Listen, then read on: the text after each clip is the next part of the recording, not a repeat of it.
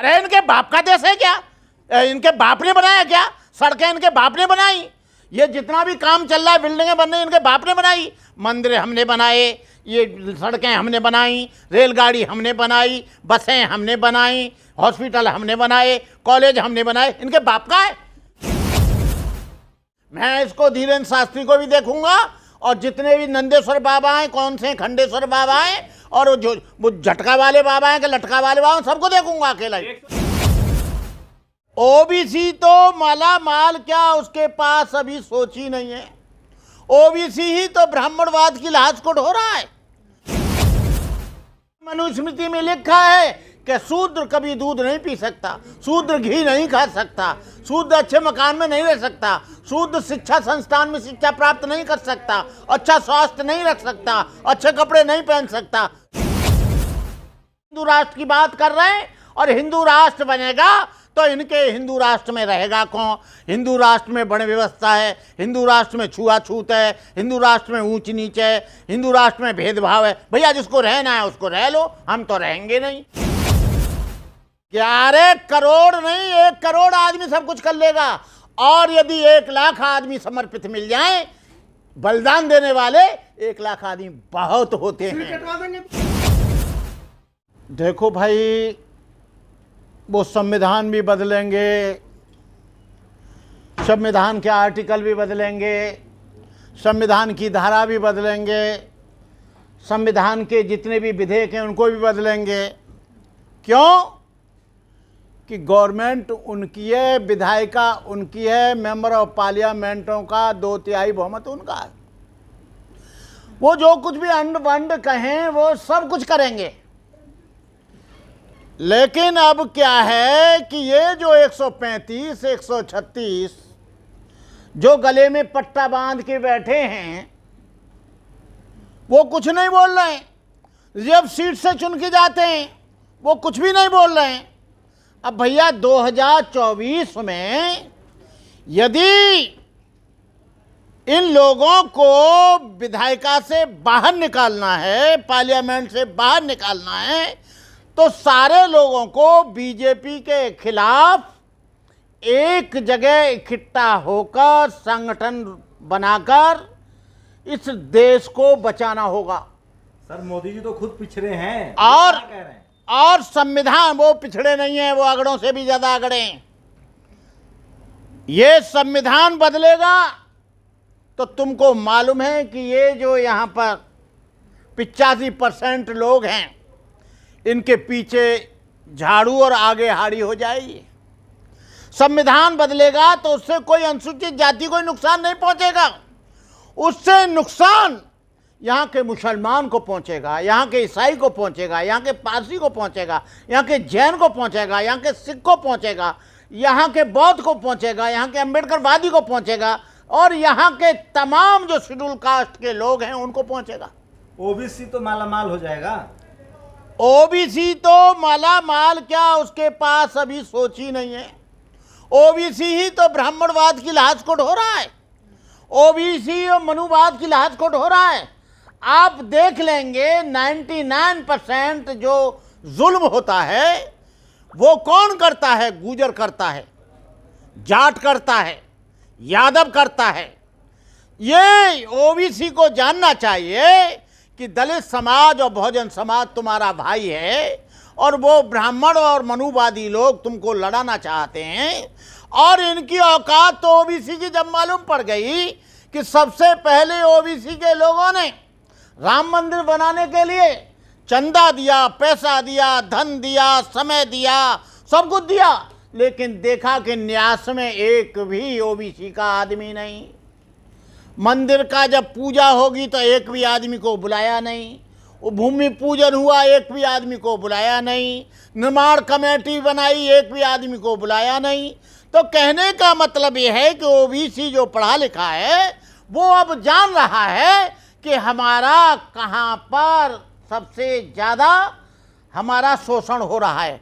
जब मंडल आयोग लागू हुआ तो किसी व्यक्ति ने, मुसलमान ने, ईसाई ने, सिख ने विरोध नहीं किया, दलित ने विरोध नहीं किया, और इनका विरोध किया तो सबसे ज़्यादा ब्राह्मण ने किया। छात्राओं पर झगड़े हुए, उनके ऊपर हमले हुए। भंते जी नूह में नहीं देखे मेवात में, हिंदू एकजुट नहीं है, इसलिए मुसलमानों पर आरोप है कि हमला कर दिया। नहीं, देखिए, वहाँ मुसलमानों पर हमला किया या उन पर हमला किया, ये किसने हमला किया? जो बजरंगी है उसने गलत सलत बोलकर उसने हमला करवाया।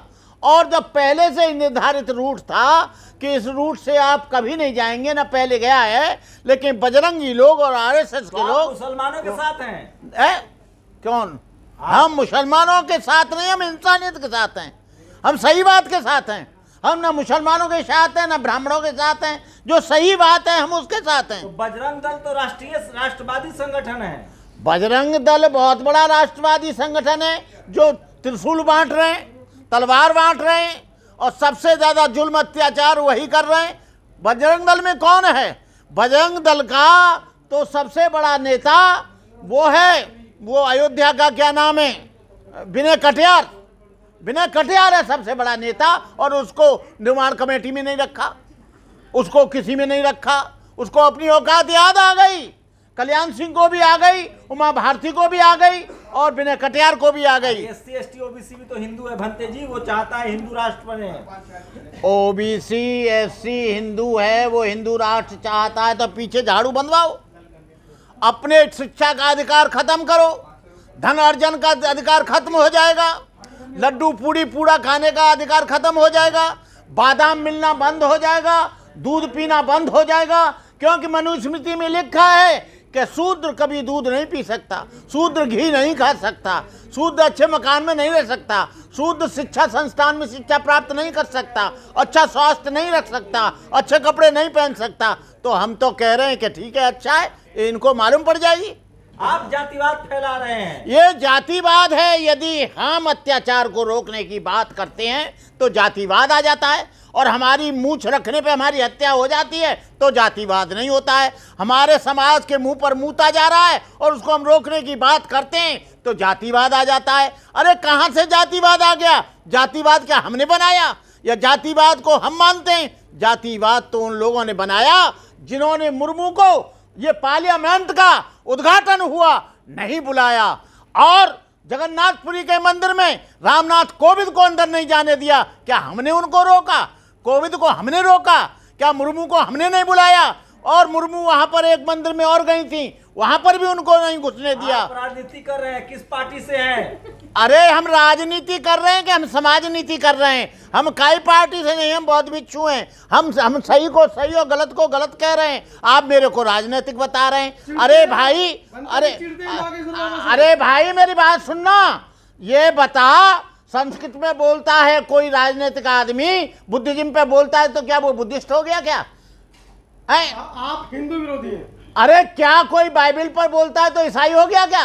बनते जी, अभी आपने कहा कि ये जो 131 parliament members of parliament SC ST के बैठे हैं, इनके गले में पट्टे पड़े हुए हैं। आप पूरे देश का भ्रमण करते हैं, क्या दो चार नाम आप ऐसे बता सकते हैं जिनको अम्बेडकरवादी आपकी नजर में, जिनको चुन करके पार्लियामेंट में भेजा जाए? हाँ, मेरी नजर में हैं ऐसे लोग। ये सबसे पहले बहुत दिन से 30-40 साल से काम कर रहे हैं हमारे केपी चौधरी, ऐसे लोगों को भेजा जाए। AR जोशी को भेजा जाए, ओम प्रकाश को उसको भेजा जाए, भंते करुणाकर को भेजा जाए, और तुमको भेजा जाए, नागपाल को भेजा जाए। जो बोलने वाले लोग हैं, जो चुप्पा साधे हुए हैं, जो भीगी बिल्ली बैठे हुए हैं, ऐसे लोगों को कोई भेजने की पार्लियामेंट में जरूरत नहीं है। बुद्धिज्म को बढ़ा रहा है आरएसएस। अरे भंते जी बहुत बढ़ा रहा है बुद्धिज्म। जगन्नाथपुरी का मंदिर हमारा, उस पर कब्जा करे बैठा है। बुद्ध गया का मंदिर हमारा, उसमें शिवलिंग लगा दिया है। बड़ा बहुत कब्जा कर रहा है। और साकेत जो है अयोध्या में, वो पूरी की पूरी हमारी बौद्धों की जमीन है, उस पर कब्जा करे बैठा है। और आप कह रहे हैं बुद्धिज्म बढ़ा रहा है। बुद्धिज्म कब बढ़ता है? जब मोदी जी जापान जाते हैं। बुद्धिज्म कब बढ़ता है? जब वो बर्मा जाते हैं, थाईलैंड जाते हैं, सिंगापुर जाते हैं, और वो जो है जाते हैं कहाँ पर? ये श्रीलंका। तो मेरी बात सुनो ना। वो अरे पत्नी बुद्ध की धरती से आए, ये विदेशों में जाते हैं तो बौद्ध धर्म के लोगों से, बुद्धिस्ट कंट्रियों से धन लेने के लिए कहते हैं हम बुद्धिस्ट कंट्री से आए हैं, और यहाँ आते हैं तो बुद्धिस्टों पर जुल्म करते हैं, बुद्धिस्टों का झंडा नहीं फहराने देते, बुद्धिस्टों को चलने नहीं देते, बुद्धिस्टों के कदम कदम पे विरोध करते हैं, बुद्धिस्टों के बौद्ध भिक्षुओं पर हमले करते हैं, बुद्ध भिक्षुओं के बिहारों पर। अभी एक बिहार में, मध्य प्रदेश में, किस पार्टी से हैं, कहां से पैसा आता है आपको फंडिंग? मेरे पैसा, मेरे करोड़ों लोग हैं जो पूरे देश में मुझे जानते हैं, वो मुझे 1-1 रुपया देते हैं, मेरे पास करोड़ों रुपया आता है, उससे चला जाता हूं। क्या होगा, इंडिया की NDA? Oh India, my lover India, my love in India. India आएगी और इंडिया इसको पछाड़ेगी, और इंडिया में आने वाले समय में ये जितने भी छोटे छोटे संगठन हैं, चाहे बहुजन समाज के हो, चाहे वो अन्य समाज के हो, आरएलडी हो, सपा हो, अन्य छोटे छोटे दल हो, उन सब लोगों को एक जगह आना है और बीजेपी को हराना। इंडिया में से प्रधानमंत्री कौन बनेगा? इंडिया में प्रधानमंत्री वो बाद की बात है, वो बाद की बात है, कोई भी बनेगा, बाद में बैठ के बात कर लेंगे, अभी से कोई जरूरी नहीं है। अभी से प्रधानमंत्री बनाएंगे तो फूट पड़ जाएगी, लोग कहेंगे मैं बनूंगा, लोग कहेंगे मैं बनूंगा, अरे नीतीश कुमार जी कहेंगे मैं बनूंगा, मायावती कहेगी मैं बनूंगा, अखिलेश कहेंगे मैं बनूंगा, बनते करुणाकर कहेंगे मैं बनूंगा। बीबी अखबार कह रहा है कि आएगा तो मोदी ही। भाई मोदी को तो हम आने नहीं देंगे चाहे कुछ हो जाए, और मोदी आता है तो अब के क्या होगा, इस देश के ये टुकड़े करा देगा। यदि मोदी जी आते हैं, बीजेपी आती है, तो हमको ये दिख रहा है, इधर धीरेन्द्र शास्त्री हिंदू राष्ट्र की बात कर रहे हैं, और हिंदू राष्ट्र बनेगा तो इनके हिंदू राष्ट्र में रहेगा कौन? हिंदू राष्ट्र में बड़े व्यवस्था है, हिंदू राष्ट्र में छुआछूत है, हिंदू राष्ट्र में ऊंच नीच है, हिंदू राष्ट्र में भेदभाव है। भैया जिसको रहना है उसको रह लो, हम तो रहेंगे नहीं, हम तो बौद्ध राष्ट्र में रहेंगे। मुसलमान कहेगा हमें और भारत जाएंगे है? अगर ये हिंदू राष्ट्र भारत बनता है तो आप भारत छोड़ के कहीं और जाएंगे? अरे इनके बाप का देश है क्या? इनके बाप ने बनाया क्या? सड़कें इनके बाप ने बनाई, ये जितना भी काम चल रहा है, बिल्डिंगें बन रही, इनके बाप ने बनाई, मंदिर हमने बनाए, ये सड़कें हमने बनाई, रेलगाड़ी हमने बनाई, बसें हमने बनाई, हॉस्पिटल हमने बनाए, कॉलेज हमने बनाए, इनके बाप का है। क्या बात कर रहे हो? ऐसी की तैसी कर देंगे हम, विदेश चले जाओ। अरे बाबा साहब पर इतना जुल्म हुआ तो बाबा साहब तो गए नहीं विदेश, बाबा साहब ने कहा मैं अभी भी भारतीय हूँ, बाद में भी भारतीय रहूंगा और भविष्य में भी भारतीय रहूंगा। क्या ये हो जाएगा कि आपको वो बाहर नहीं भेजेंगे और ये हिंदू राष्ट्र नहीं बनेगा? अरे भाई बाहर भेज देंगे, ये कौन हो? अकेले कहने से हो जाएगा क्या? अरे मैं अकेला नहीं हूं, मैं करोड़ों लोगों की आवाज हूं, 11 करोड़ लोग मेरे चैनल को, बनते करुणाकर को सुनते हैं। अकेला नहीं हूं मैं इसको धीरेन्द्र शास्त्री को भी देखूंगा, और जितने भी नंदेश्वर बाबा हैं, कौन से खंडेश्वर बाबा हैं, और जो वो झटका वाले बाबा हैं कि लटका वाले बाबा हैं, सबको देखूंगा अकेला ही। 140 करोड़ की जनसंख्या है भारत की, तो आपके 11 करोड़ आदमी क्या कर लेंगे भारत में? 11 करोड़ नहीं, 1 करोड़ आदमी सब कुछ कर लेगा। और यदि 1 लाख आदमी समर्पित मिल जाए, बलिदान देने वाले 1 लाख आदमी बहुत होते हैं। कटवा देंगे तुम्हारा 50 लाख रुपए देके किसी को भी, और वो कुछ नहीं करेंगे, कुछ नहीं करेंगे। धन्यवाद।